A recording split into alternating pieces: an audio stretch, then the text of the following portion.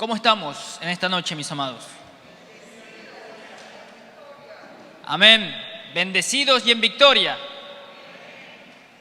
Bueno, siempre es un privilegio poder estar aquí otra noche más, otro estudio más, otro miércoles más que creemos que es de bendición y siempre podemos contar con la presencia de Dios.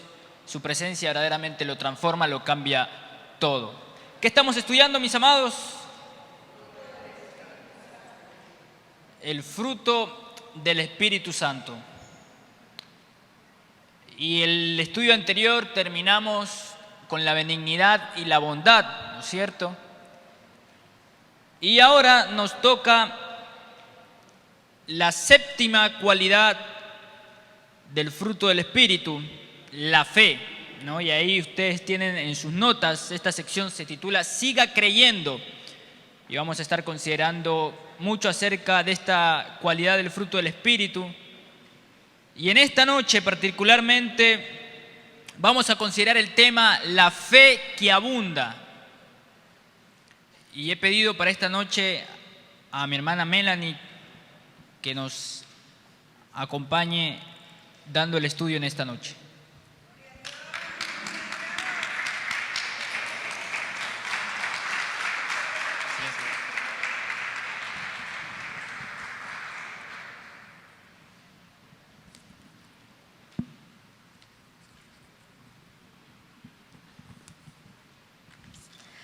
Amén, hermanos. La fe que abunda.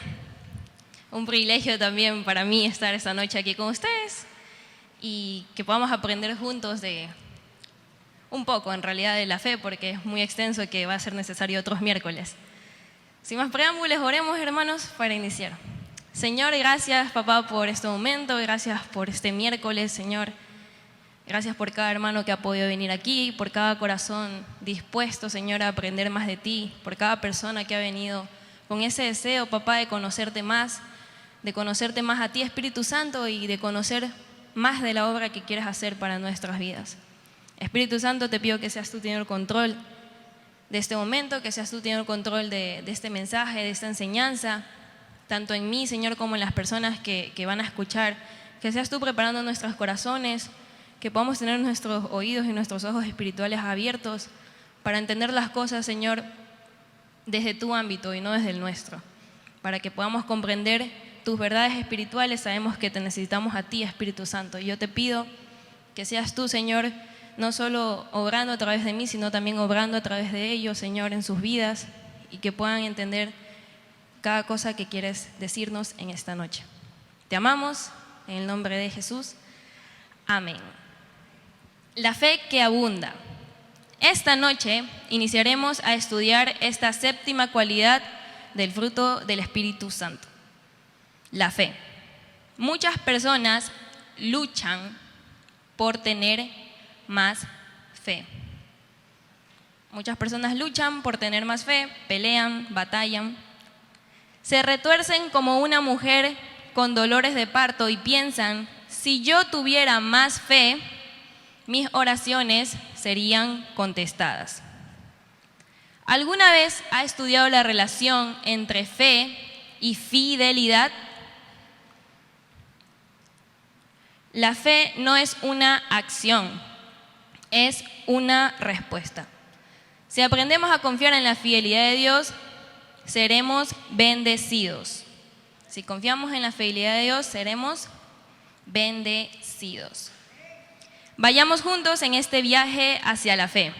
Al deleitarnos en su fidelidad, creceremos y desarrollaremos nuestra fe. Desarrollaremos nuestra fe. La fe es una característica del fruto que el Espíritu hace crecer en nuestras vidas. Dado que nuestro Dios es infinitamente fiel y porque Él vive en nosotros, podemos tener fe. No, amados, estoy seguro de que usted, al igual que yo, espero, ha escuchado muchas prédicas devocionales, enseñanzas sobre la fe, ¿no? Porque la fe, la verdad es que es primordial en la vida del creyente. Básicamente somos salvos por fe. Entonces la fe es un tema del que se habla mucho, se enseña mucho, porque es un tema importante y es necesario. Pero en esta noche, amados hermanos, vamos a ver a la fe como una respuesta a la fidelidad de Dios.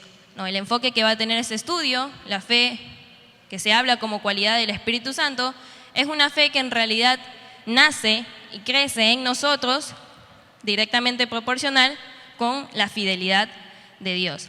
Y en sus notas hay una pregunta que es personal, que dice: ¿qué palabras, frases o nombres bíblicos le vienen a la mente al reflexionar sobre la palabra fe? ¿No? Y usted puede poner lo primero que se le ocurra cuando se habla de fe. A mí se me ocurre Abraham, ¿no? El padre de la fe. Hebreos 11. Puede poner el significado, la certeza de lo que se espera, la convicción de lo que no se ve. Lo que a usted se le viene a la mente cuando piense fe, es el momento de escribirlo en ese espacio de ahí.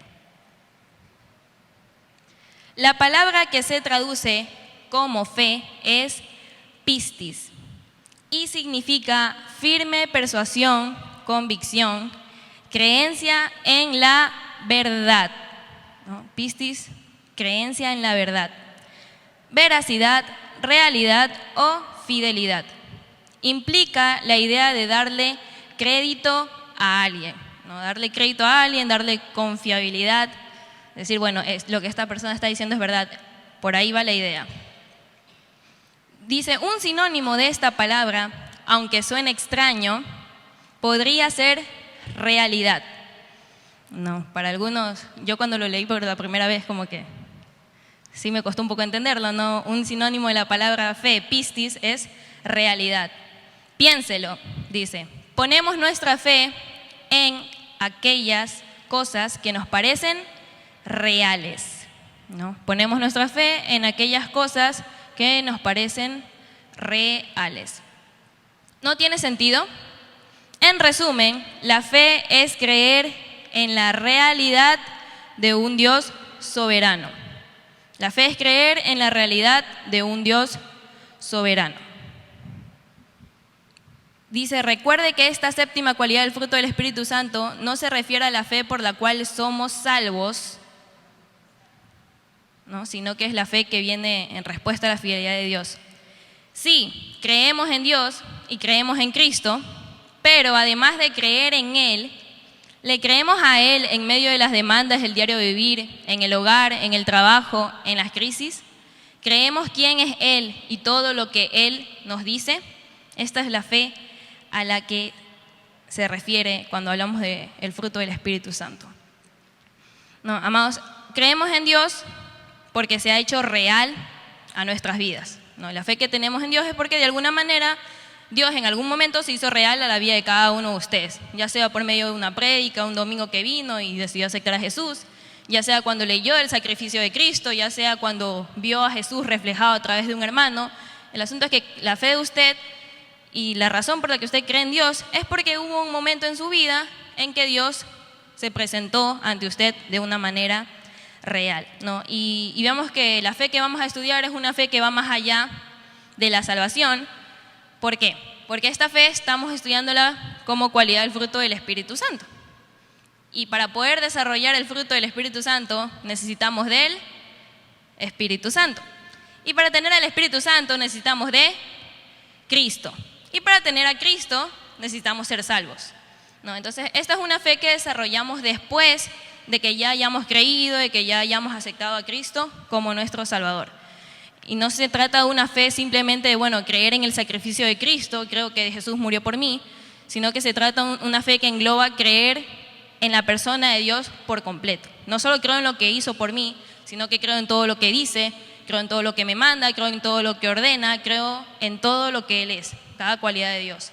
Es una fe que va más allá.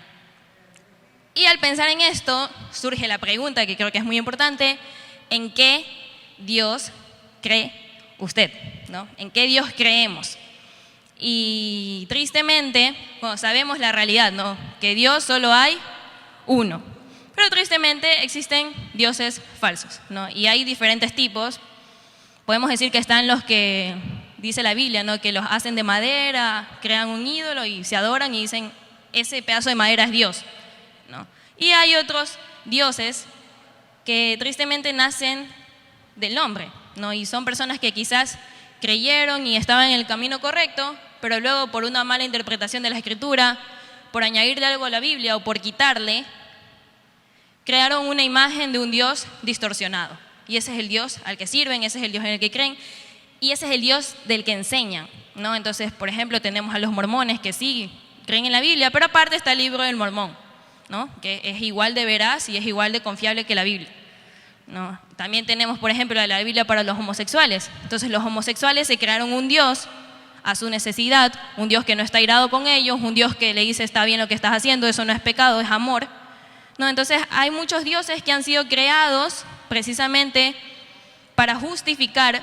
pecados o sentimientos, pensamientos que nacen de la carne, que nacen del hombre. Entonces, mis amados hermanos, ¿en qué Dios está creyendo usted? No, porque ahí a veces me preguntan amigos del colegio, ¿no? que a veces están medio confundidos y me dicen, bueno, ¿y cómo sabes que tienes la verdad? ¿No? Porque los testigos de Jehová creen que ellos tienen la verdad, ¿no? Cada persona que es fiel, devota a su religión, cree que ellos tienen la verdad, si no, ¿por qué estarían siguiendo algo que no creen? ¿No? ¿Cuál es tu certeza de que estás siguiendo la verdad? ¿No? Y amados, aquí está, ¿no? Voy a alzarla así. Esta es nuestra verdad, ¿no? Entonces, ¿en qué Dios usted cree? ¿Está bien estos estudios, los domingos, el tiempo, cómo los pastores tratamos de instruirlos en conocer a ese Dios? Pero amados, no basta con venir los domingos, los miércoles, los sábados, los martes. Tiene que conocerlo usted, a Dios. Todo lo que yo le estoy diciendo, usted no me lo crea a ojos cerrados, lo dijo Melanie, es así. Sino que usted tiene que decir, bueno, ¿y yo por qué estoy creyendo esto?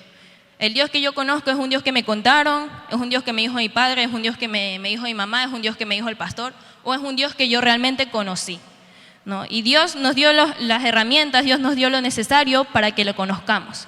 Entonces, es importante saber en qué Dios creemos, porque eso habla mucho de nosotros.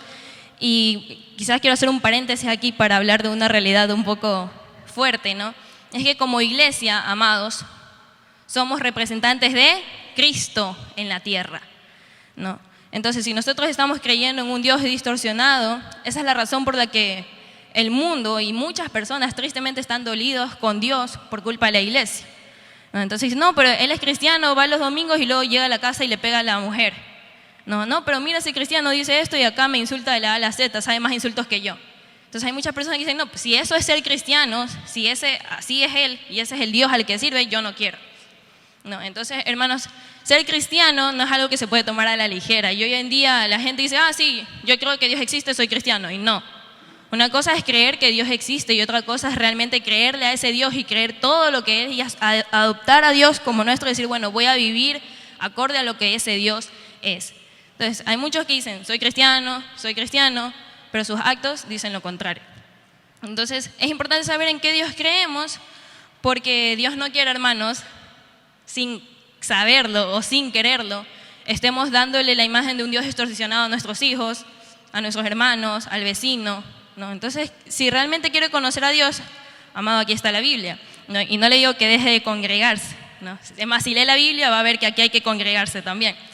Entonces, precisamente la Biblia es la que nos ilustra. Dios no nos dejó aquí varados sin saber qué hacer. Él nos dio una guía. Él sabía lo que necesitamos y Él nos dio todo lo que necesitábamos.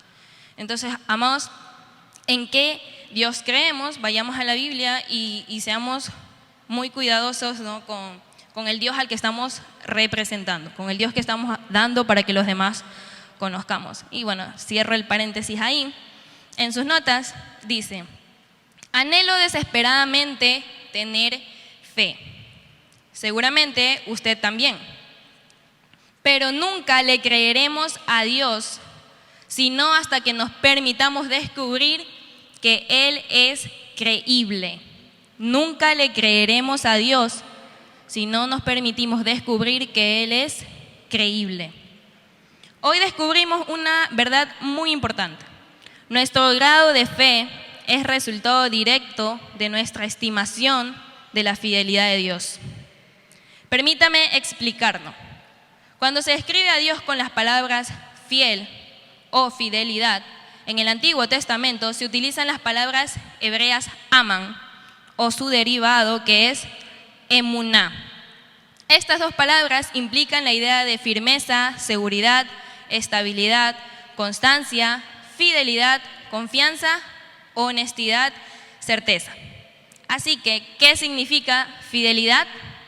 Cuando se habla de Dios, la fidelidad de Dios es su credibilidad.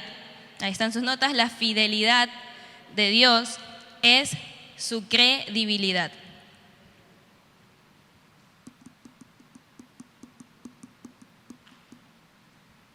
Ahora dice, ¿qué significa pistis, fe, cuando se trata de nosotros?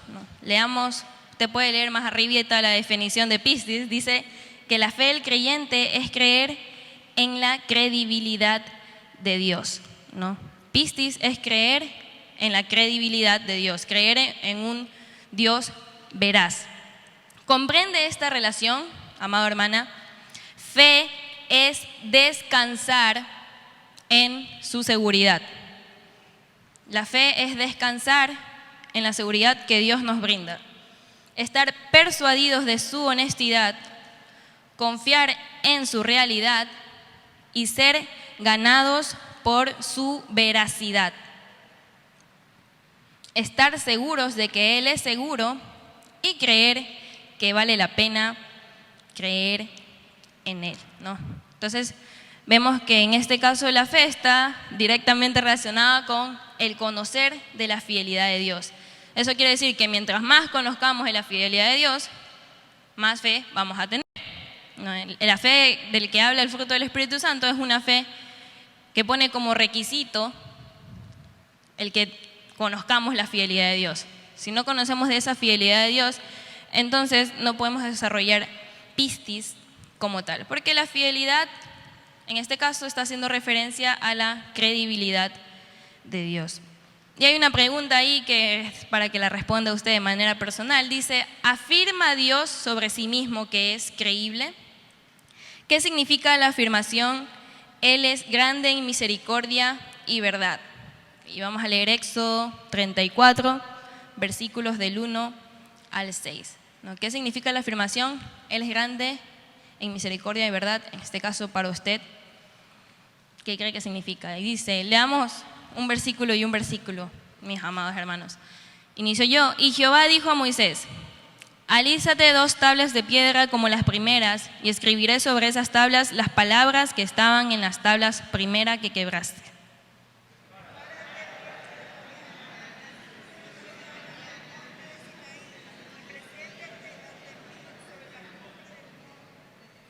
Y no suba hombre contigo, ni parezca alguno en todo el monte, ni ovejas ni bueyes pascan delante del monte.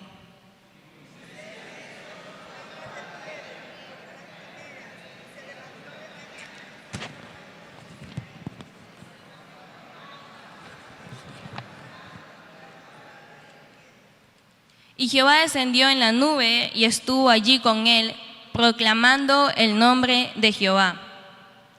Pasando Jehová por delante de él, proclamó, Jehová, Jehová, fuerte, misericordioso.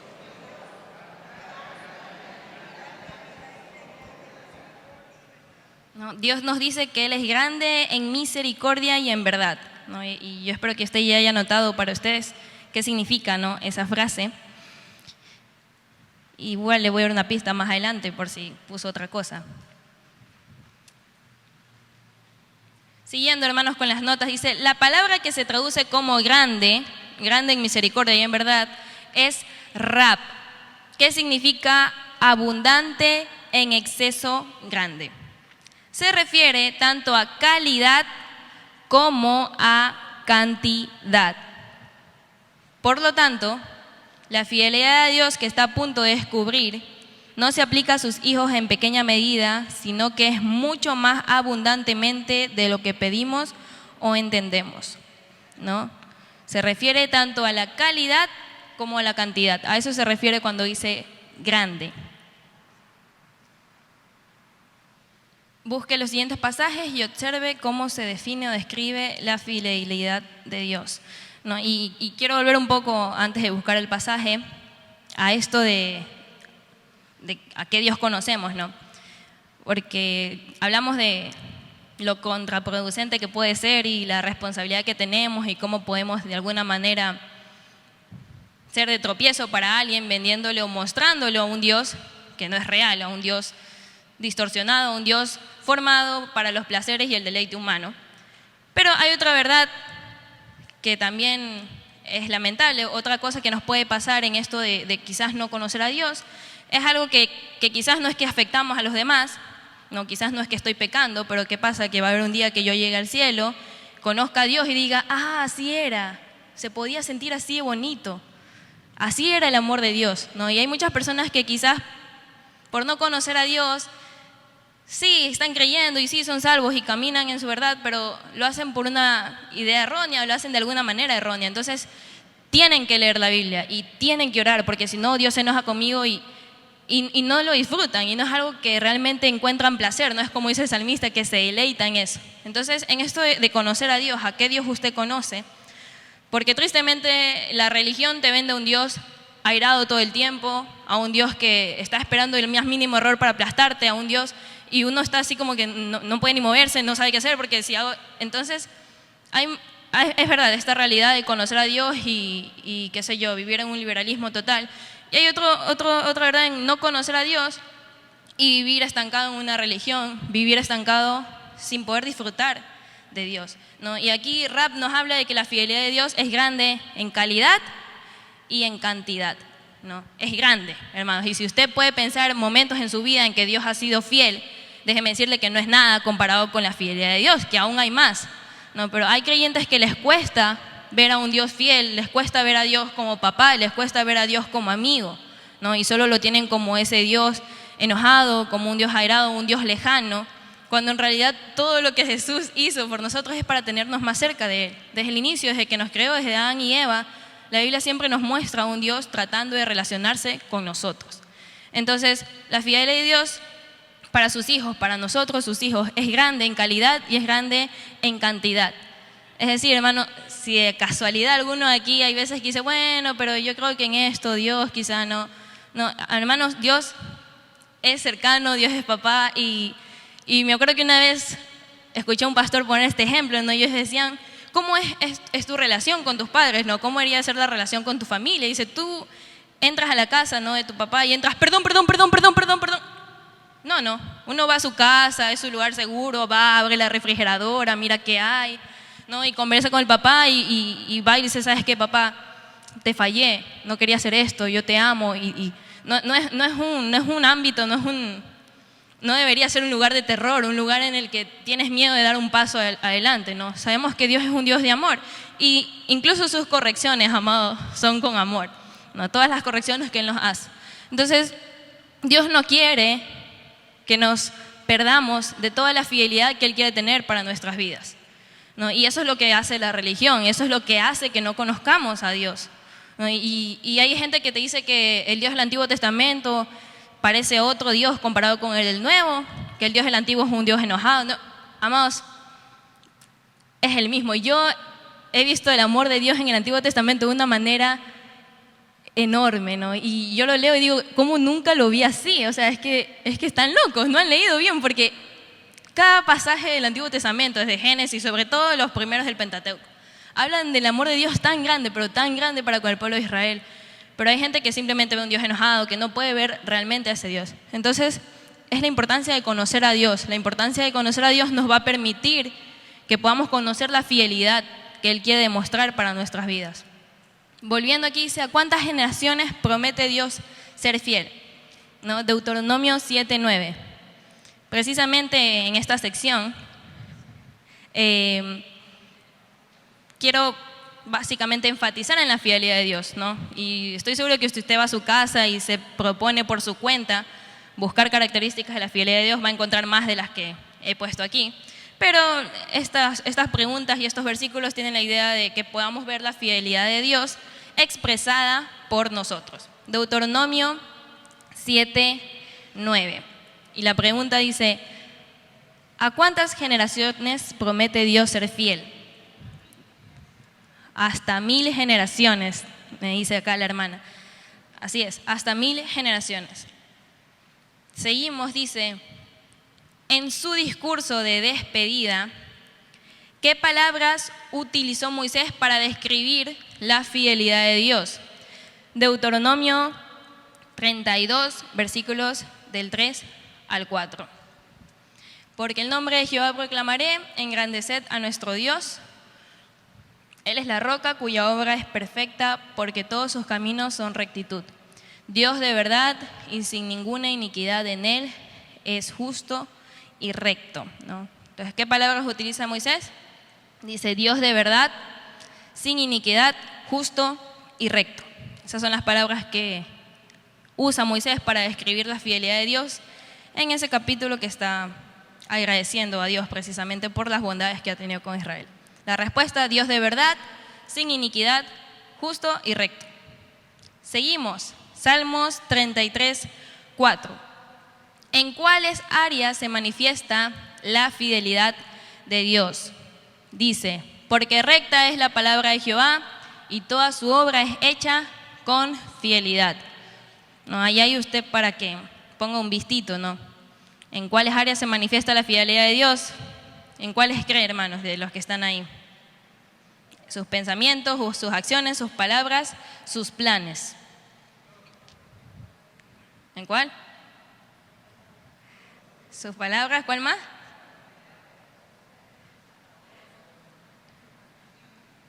Sus acciones. En todas, dice. En todas, mis amados hermanos. Dice, toda su obra es hecha con fidelidad. Eso significa que los pensamientos de Dios, las acciones de Dios, las palabras de Dios y los planes de Dios son hechos con fidelidad. Así que póngale un vistito a todas, ¿no?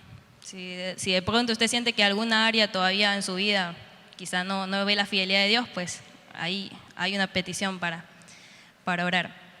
Seguimos, dice, y esta es personal. ¿En qué área de su vida necesita usted más de la fidelidad de Dios? ¿No? Toma un momento para pensar en qué área de su vida quizá le cuesta un poco ver a Dios. Y escríbala ahí.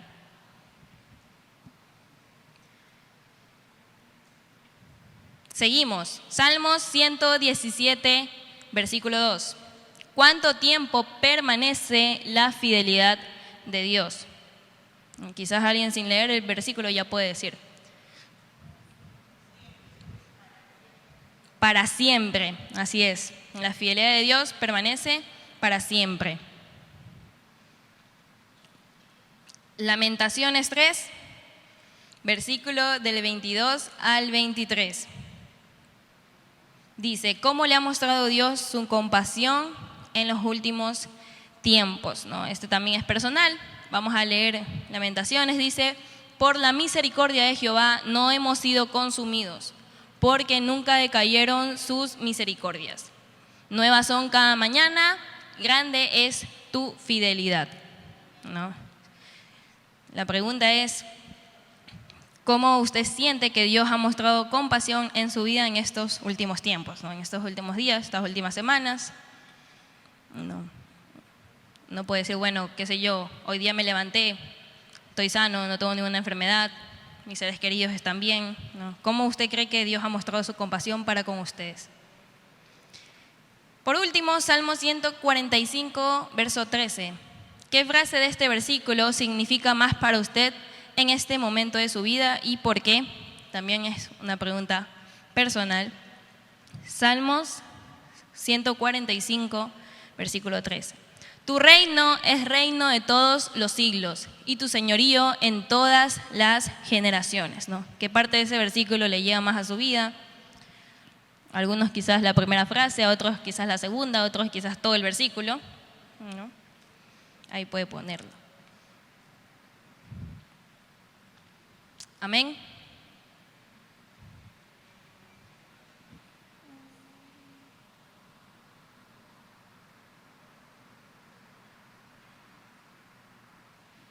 Continuamos, amados hermanos. En sus notas dice, Dios nos ha dicho que Él es fiel, basándose en 3 características fundamentales. Él es seguro, verdadero y permanente, como todo lo que se relaciona con Él, ¿no? Voy a repetir esas 3 cualidades. Dios es seguro, Dios es verdadero y Dios es permanente, ¿no? Hay un versículo muy conocido, al menos para mí, yo siempre lo uso un poco fuera de contexto para molestar a veces a mis amigos, que dice: maldito el hombre que confía en el hombre, ¿no? Entonces, ¿a qué se refiere ese versículo? Está hablando, en el contexto del que habla, está hablando de confiar en el hombre como confiar en Dios en tipo salvación, ¿no? Confiarle mi vida al hombre, que mi vida dependa de un hombre, ¿no? En este caso, ese versículo nos habla de que nuestra salvación, nuestra vida, solamente tiene que depender de Dios. No está hablando de que no tengamos amigos y que nos encerremos en una burbuja y que no hablemos con nadie, no se refiere a eso. ¿Y por qué, hermanos? Yo creo que estas 3 cualidades que vemos aquí son suficientes. El hombre no es verdadero siempre, ¿no? Quizás algunos sí, otros no. Lo mismo con la seguridad. Los hombres no son seguros. Cuando digo hombres me refiero a hombres, mujeres. El ser humano no es un ser seguro. Algunos sí, también, otros no. Pero la verdad es que la tercera cualidad, permanente, el ser humano no es permanente, hermanos, porque el ser humano está en constante cambio. Nosotros cambiamos. Entonces, los que fuimos hace un año no son los mismos que los que soy ahora. Y la Melanie que va a ser un año después tampoco va a ser igual a esta Melanie que está aquí frente a ustedes. Entonces, la razón por la que Dios es la única persona en la que podemos confiar es precisamente porque Dios no cambia. Entonces, si Dios dice algo ahorita, eso que dijo va a ser así 1000 años después o 1000 años atrás, porque Dios no cambia. A diferencia de nosotros los hombres, que sí cambiamos, ¿no? Sin contar que hay otros hombres que son falsos y inseguros y qué sé yo. Entonces dice, estas 3 cualidades se aplican a Dios y a todo lo que está relacionado con Dios, ¿no? En sus hojas dice, por ejemplo, su palabra, ¿no? Su palabra existe, su palabra es verdad y su palabra permanece para siempre.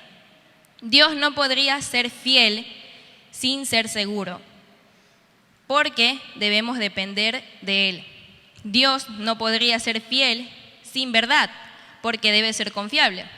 Dios no podría ser fiel sin permanecer, porque debe persistir. Veamos otro pasaje bíblico que describe quizá el pináculo de la fidelidad de Dios. Él empleó la palabra amán en estos versículos, pero se ha traducido de una manera diferente, ¿no? Vamos a ver, ya vimos algunas características de la fidelidad de Dios para con nosotros, que es para siempre, que dura hasta 1000 generaciones, que está en sus acciones, sus pensamientos, sus palabras. Pero vamos a ver la que considero yo, y confío en que usted también, la que es la mayor expresión de fidelidad de Dios para con nosotros, ¿no? Y vamos a leer Isaías 22, versículos del 20 al 24. Otra vez, ayúdenme leyendo alternadamente conmigo. En aquel día llamaré a mi siervo Eliakim, hijo de Hilcías.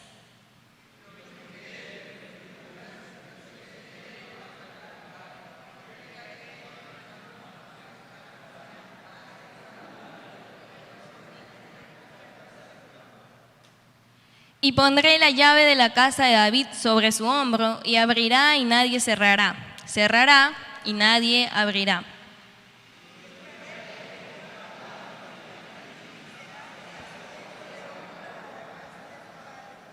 Leamos juntos el 24, dice, colgarán de él toda la honra de la casa de su padre, los hijos y los nietos, todos los vasos menores, desde las tazas hasta toda clase de jarros, ¿no? Y dije que esto era como la mayor expresión de su fidelidad. O sea, ¿qué es eso que acabo de leer?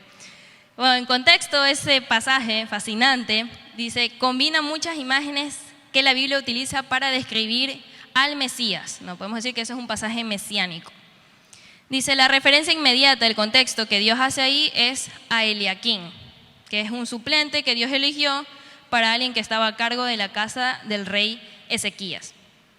Yo creo que la referencia final profética es a su único hijo, Jesucristo, ¿no? En sus notas, la referencia final a que este pasaje hace alusión es a Jesucristo, ya que hemos dicho que es un pasaje mesiánico. La autoridad de Eliakim iba a terminar, pero Dios daría a otro el cumplimiento eterno de estas promesas, es decir, Jesús. Y a continuación vamos a ver paralelos entre estos versículos que leímos y otros pasajes mesiánicos que nos ayudan a ver a la persona de Jesús a través de estos versículos. Como número 1 dice, el nombre de Eliaquim significa Dios levantará. Dice, leamos Jeremías 23 del 5 y 6, ¿a quién levantará Dios finalmente? He aquí que vienen días, dice Jehová, en que levantaré a David renuevo justo y reinará como rey, el cual será dichoso y hará justicia y juicio en la tierra. En sus días será salvo Judá, Israel habitará confiado, y este será su nombre con el cual le llamarán Jehová, justicia nuestra. O sea, ¿a quién levantará Dios finalmente?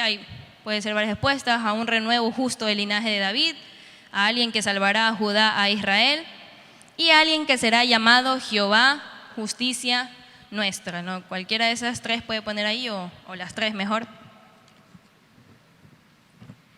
Un renuevo justo del linaje de David, alguien que salvará a Judá, a Israel, y alguien que será llamado Jehová, justicia nuestra.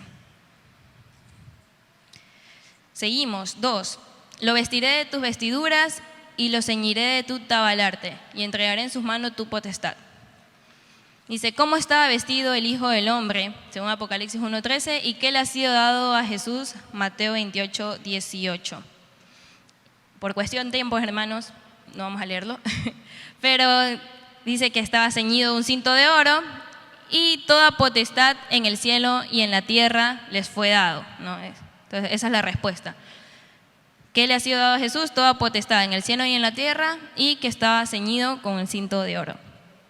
La tercera característica mesiánica que encontramos, dice el texto, será padre al morador de Jerusalén y a la casa de Judá, ¿no? Y ahí hay un pasaje en Isaías 9:6 donde nos dan varias características, Isaías 9:6, de Jesús, y una de las características ahí está en sus notas, dice Padre eterno, ¿no? El Mesías será llamado Padre eterno, aparte de admirable, consejero, Dios fuerte, príncipe de paz.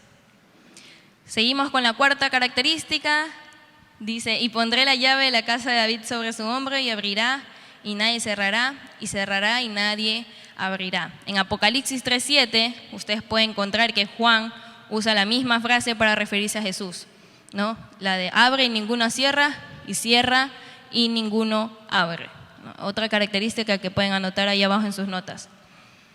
Abre y ninguno cierra, cierra y ninguno abre.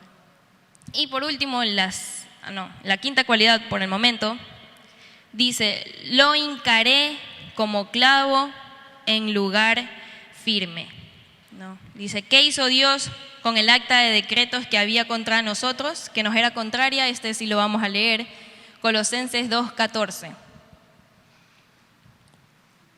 Colosenses 2, versículo 14.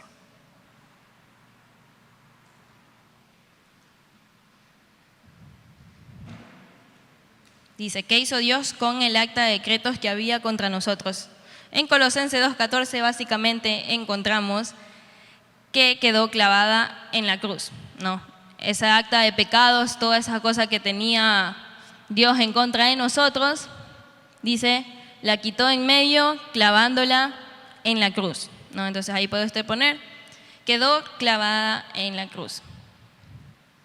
Ahora, les dijimos que este es como el pináculo de la fidelidad de Dios, ¿no? Que esta es la mayor expresión de Dios, de fidelidad para con nosotros, su Hijo, ¿no? Y cuando dice que quedó clavada en la cruz, esa palabrita de ahí, que usó para el lugar firme, esa firme es la palabra que se usa al inicio del versículo. Leemos en sus notas que dice, ahora hemos llegado a la palabra de este pasaje que fue traducida del hebreo amán. Es la palabra firme. Estudie el significado de este versículo nuevamente desde el punto de vista de las palabras hebreas. Dios lo hincó como un clavo en un lugar fiel, ¿no? Esa palabra que dice firme, en realidad es amán, que es fiel, ¿no? Dice que Dios clavó nuestros pecados en un lugar fiel, un lugar seguro, un lugar verdadero, un lugar permanente. El versículo señala ese lugar donde los pecados de la humanidad fueron clavados de una vez y para siempre. La cruz del Calvario, o sea, en Jesús, ¿no? En Jesús fue ese lugar fiel, ese lugar firme, ese lugar seguro, en donde Él se llevó todos nuestros pecados. Por eso esta es la mayor muestra de fidelidad de Dios para con nosotros, ¿no? Imagínense, hermanos, si Dios fue capaz de dar a su único hijo, de dar su propia vida por amor a usted, ¿qué otra área en su vida no puede alcanzar la fidelidad de Dios? ¿No? Entonces, si Dios ya hizo lo mayor por nosotros, entonces ¿cómo no va a preocuparse de nosotros en otras áreas que podamos necesitar en el trabajo, en los estudios, con la familia, ¿no? Eso es lo que podemos ver de la fidelidad de Dios. Y por último, dos características más de este pasaje mesiánico, que dice, será la característica número 6. No, creo que están mal ahí en sus hojas, me comí un número. Dice, será por asiento de honra a la casa de su padre, ¿no? Y la pregunta es, ¿qué sitio de honor dará Dios a su hijo? En Lucas 1:32 está la respuesta. Dice que le dará el trono y que será llamado Hijo del Altísimo, ¿no? Llamado Hijo del Altísimo, y le dará el trono de David, su padre. Otra similitud. Y la última similitud que vamos a estudiar, dice, colgarán de él toda la honra de la casa de su padre, los hijos, los nietos, todos los vasos menores. Las preguntas ahí dice, ¿qué vino a Cristo a través de nosotros? Según Juan 17, del 9 al 10.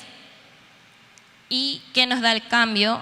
Según Juan 17, 22. Juan 17, 9 a 10, vamos a leerlo. Dice, yo ruego por ellos, no ruego por el mundo, sino por los que me diste, porque tuyos son. Y todo lo mío es tuyo y lo tuyo mío, y he sido glorificado en ellos, ¿no? ¿Qué vino a Jesús por medio de nosotros? Gloria, amados, ¿no? Jesús se glorifica en nosotros.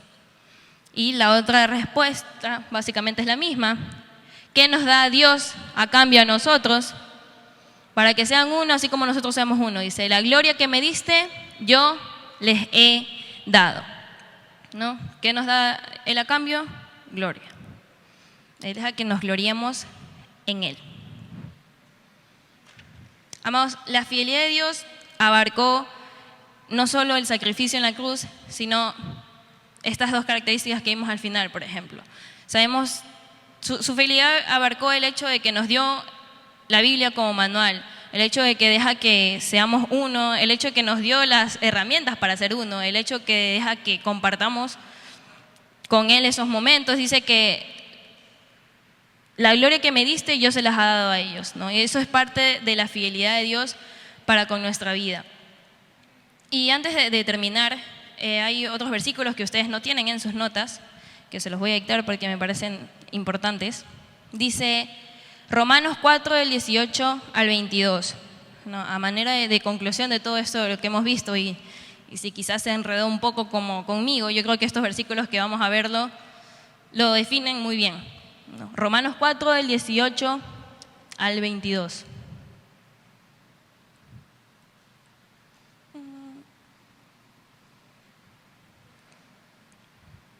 Romanos 4, del 18 al 22. Dice, él creyó en esperanza contra esperanza, está hablando de Abraham, para llegar a ser padre de muchas gentes. Conforme a lo que se le había dicho, así será tu descendencia. Y no se debilitó en la fe al considerar su cuerpo que estaba ya como muerto, siendo casi de 100 años, o la esterilidad de la matriz de Sara. Tampoco dudó por incredulidad de la promesa de Dios, sino que se fortaleció en fe, dando gloria a Dios, plenamente convencido de que era también poderoso para hacer todo lo que le había prometido, por lo cual también su fe le fue contada por justicia. Amados, la fe de Abraham fue una fe que actuó en base a la realidad que él creía de que Dios era poderoso para hacer lo que le había prometido hacer, ¿no? Y dijimos que es una fe que se basa en la fidelidad de Dios y que el sinónimo de fe puede ser verdad, puede ser algo real. Y yo creo que podría expresárselos así. Hay dos realidades para nosotros. La realidad carnal, que es la realidad que vemos a diario, ¿no? Es la realidad que yo veo en mi hogar, es la realidad que veo en mi familia, es la realidad que veo en mi trabajo. Y la realidad espiritual, que es la realidad que me dice Dios en su palabra, ¿no? Entonces la fe es creer en la realidad espiritual, a pesar de lo que mi realidad carnal me dice. Entonces, a pesar de las situaciones que yo estoy atravesando, a pesar de lo que pueda estar sintiendo, yo decido creer no en lo que yo estoy sintiendo, no en lo que me está pasando, sino en lo que Dios me dice.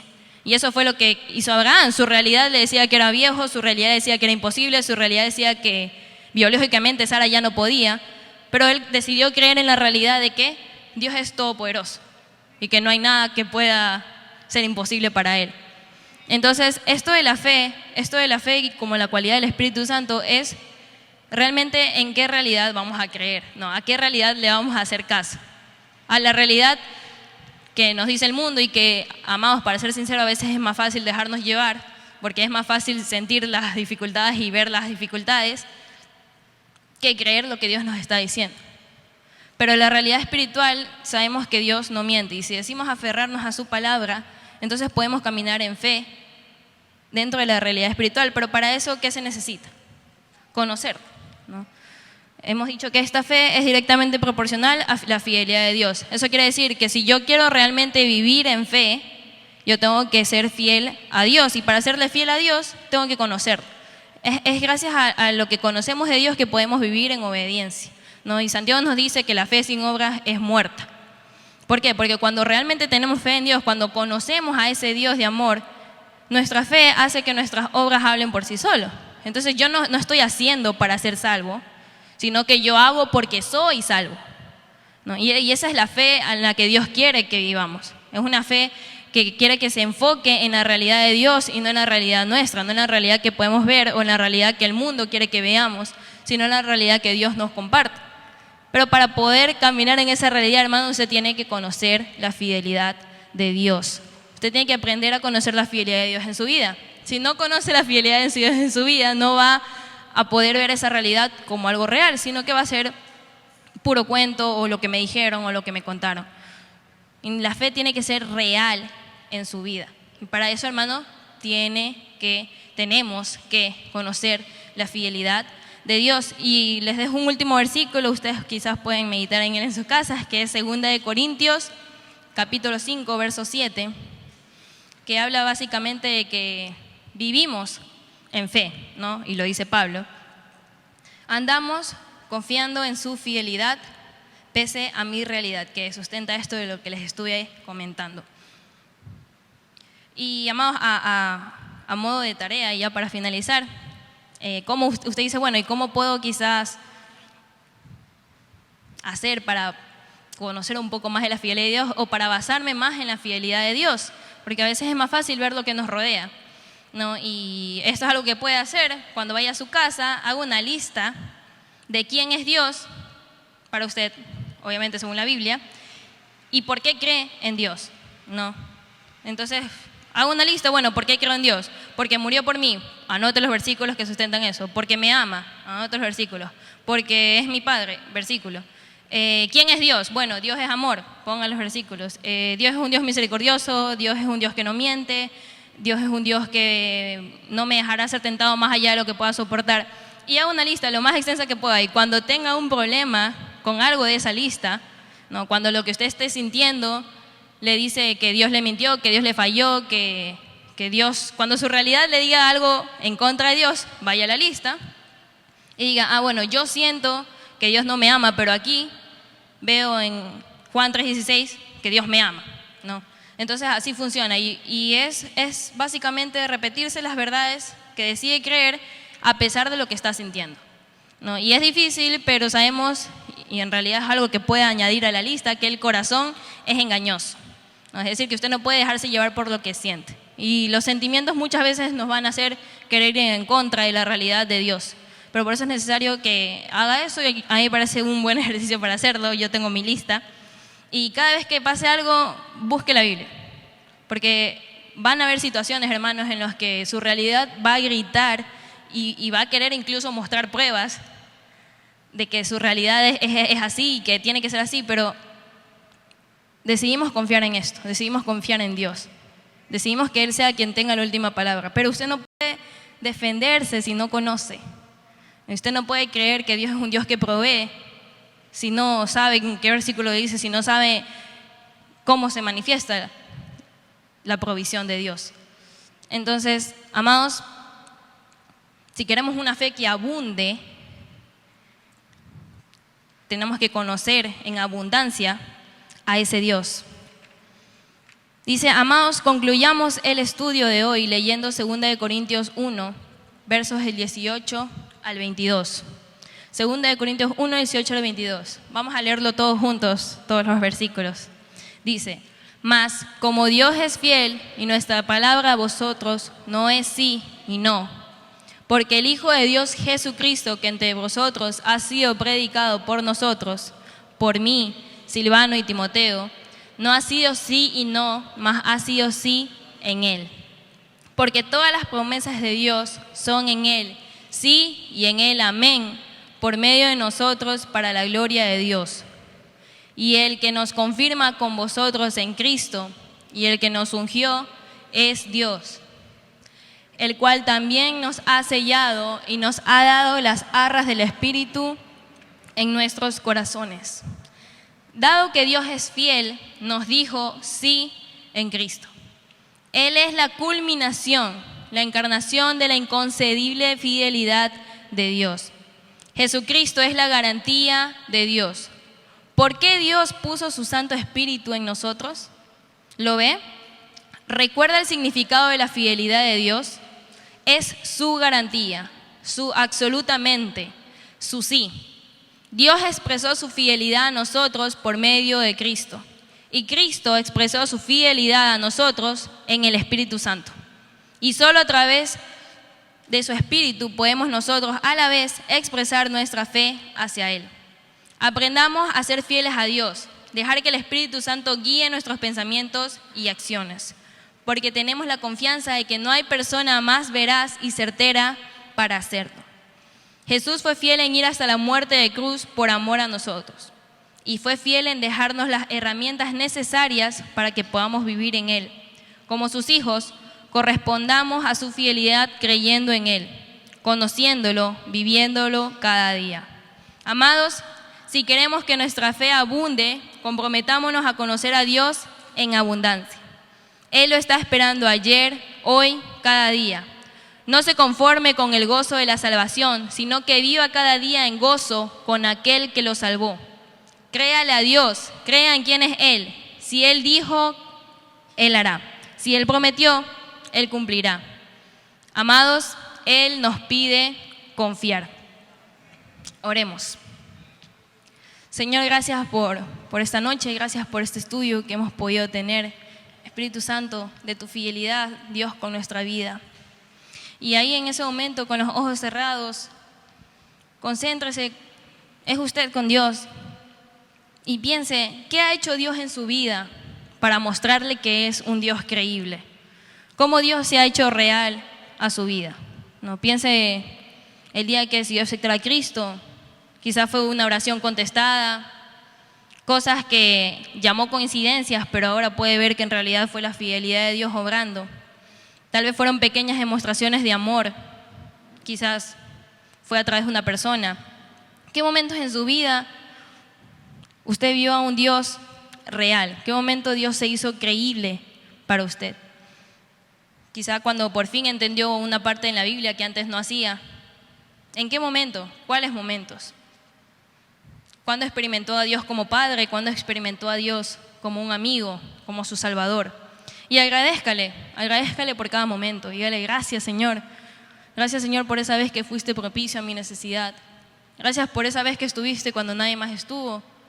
Gracias Señor por responder a esta necesidad que tanto me costó, por responder a esto que creí que era imposible. Gracias porque me enseñaste a ver cuál era el camino correcto.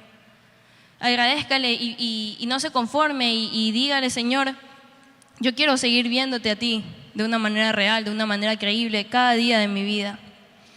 Papá, te amamos tu presencia, amamos de ti. Y ayúdanos, Señor, a darnos cuenta de cuán grande es tu fidelidad para con nosotros. Ayúdanos a no pasar desapercibidos cada vez que hiciste algo para obrar a nuestro favor, cada vez que hiciste algo para traernos a ti, cada vez que mostraste tu fidelidad en nuestra vida.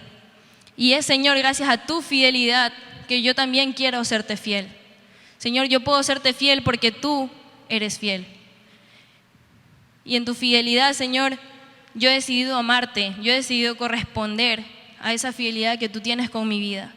Y por eso, Señor, en mi decisión de amarte, es que entrego mi vida y entiendo, Señor, que tus pensamientos, tus enseñanzas y que incluso tus prohibiciones no son porque quieres decir que no, sino que son porque sabes que a la larga es lo mejor para mí, porque quieres protegerme, porque quieres que no me destruya en el camino. Gracias, Señor, por cada vez que quizá no entendí, Señor, pero que en obediencia me di cuenta que hacerte caso fue lo mejor que pude haber hecho. Espíritu Santo, quiero vivir siempre conforme a ti, quiero vivir siempre conociendo tu fidelidad en mi vida. Y no permita, Señor, que algún día la realidad del mundo, la realidad de mi carne sea más fuerte que la realidad de tu Espíritu Santo hablando a mi corazón. Te amo, Señor, te amamos. En el nombre de Jesús. Amén.